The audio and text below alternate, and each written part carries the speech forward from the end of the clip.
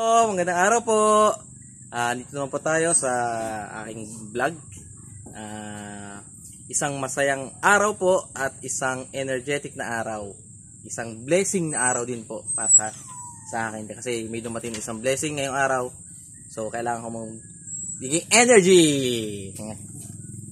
Okay po. Ito, ngayon, pakikita ko sa inyo aking gagawin. Yan. Ang aking pong gagawin ngayong araw ay magtuturok ako ng baboy. Tapos magtuturok at purga ng baboy ng inahin kasi siya ay nasa 100 days na. Tapos ito yung aking katatapos na ginawa lang po kahapon. Ito yung mga manok kong ginilagyan ng division. So ang gagawin ko po, maglalagay ako ng ipa dito. Pag-iiwalayin ko yung mga sisiw at doon sa kabila naman yung mga inahin na breeder na paitlogin. So yun po ang gagawin kong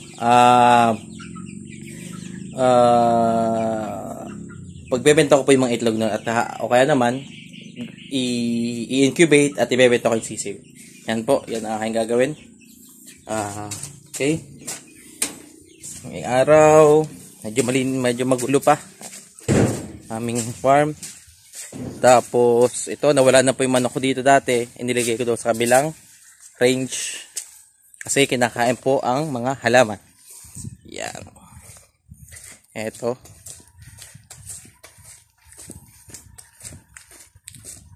Ito ko nyo ulit aming mga halaman. Akin na yung toy. Tubig. Oh, minute.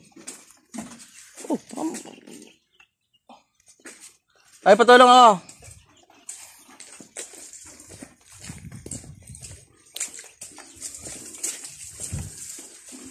Yan, ito, pakita nyo aking medyo ito di-develop pa pong gagawin ko sanang anuhan ng kambing. Yun po ang aking isang kambing. Dalawa po yan, mag-asawa po yan. Ito. At magpupurga naman ako ng baboy kasi siya ay nasa 100 days na, so kailangan na siyang purgahin at maglalakti ito. Meron tayo kasya pa tong pampurga, ivermectin po yung nagamit pampurga. Pwede po nating ilagay sa ilang cc, nasa 7 to 8 ml. Yan. Ito po ulit. Ito, napurga na to. Ito naman, pupurgahin ngayon. Dito ko ipakita ko sa yung aming mabiik. Yan, malalaki na. Sunod na pong gagawin dyan ay kakapunin. 13 days. Ito, 13 days. So, bukas, kakapunin naman po namin. Ito. Yan. Mahal po ngayon ng biik. Kaya ako ay hindi po magbebenta ng biik. At napakamahal po ngayon ng baboy. So, kailangan ko pong alagaan ng baboy. Ang patiner po ay mahal po ngayon. Nasa 200 kilo na po ang patiner. Ito po ang pang patiner. 200 per kilo po ang patiner ngayon. So, napakaginto po ngayon ang magbaboy. Ayan. Tubong-tubo po ngayon. So, kaya ako, ito po mga ibiik na to, aalagaan ko na po yan. Yan. Ito naman po, manganak din ngayong month. Yan. Itong isa, ito ang aking gagawing uling inahin. Ito ay anak naman nung si Grace. Yan, anak nung si Grace. Yan. Medyo magulo. Okay. Yan. Bahali, ang bakante pong ulbo dyan ay 1, 2, 3. Bakante po yan. So, bala ko po ay lagyan lahat sila ng baboy. Kaya tulungan nyo po ako na mapalago itong aking isang simpleng negosyo. Okay. Tulungan nyo rin po ako na ma-develop ang aming farm. Kung meron po kayo suggestion, comments, just comments lang po sa notification sa baba ng YouTube. Yan. Please subscribe din po and like po. Pahawak.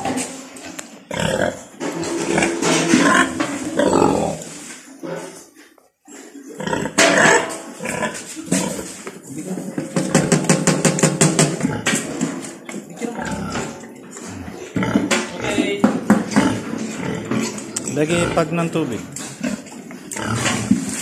Yeah. Sige po. Yan. Turo ka na.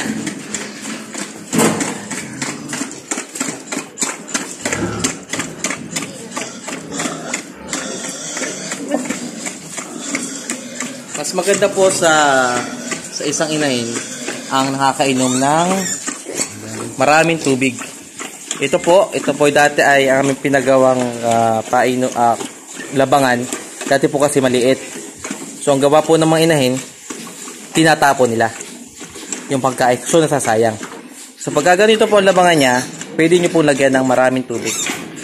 So ang tubig po kasi nakakatulong para magkaroon ng maraming gatas ang inahin. Yan. Na-testing po namin yun kasi minsan, pag paggawa kami nito, masabaw yung pagkain, mabuburok po yung mga anak niyang biik. Yan, ito po yan. Yan. Tingnan nyo naman po. Oh, mga burok.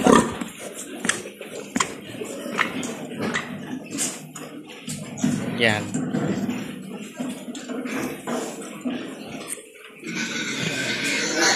Okay po. Sige po. Okay po. Salamat po. Sa susunod ulit. Bye guys.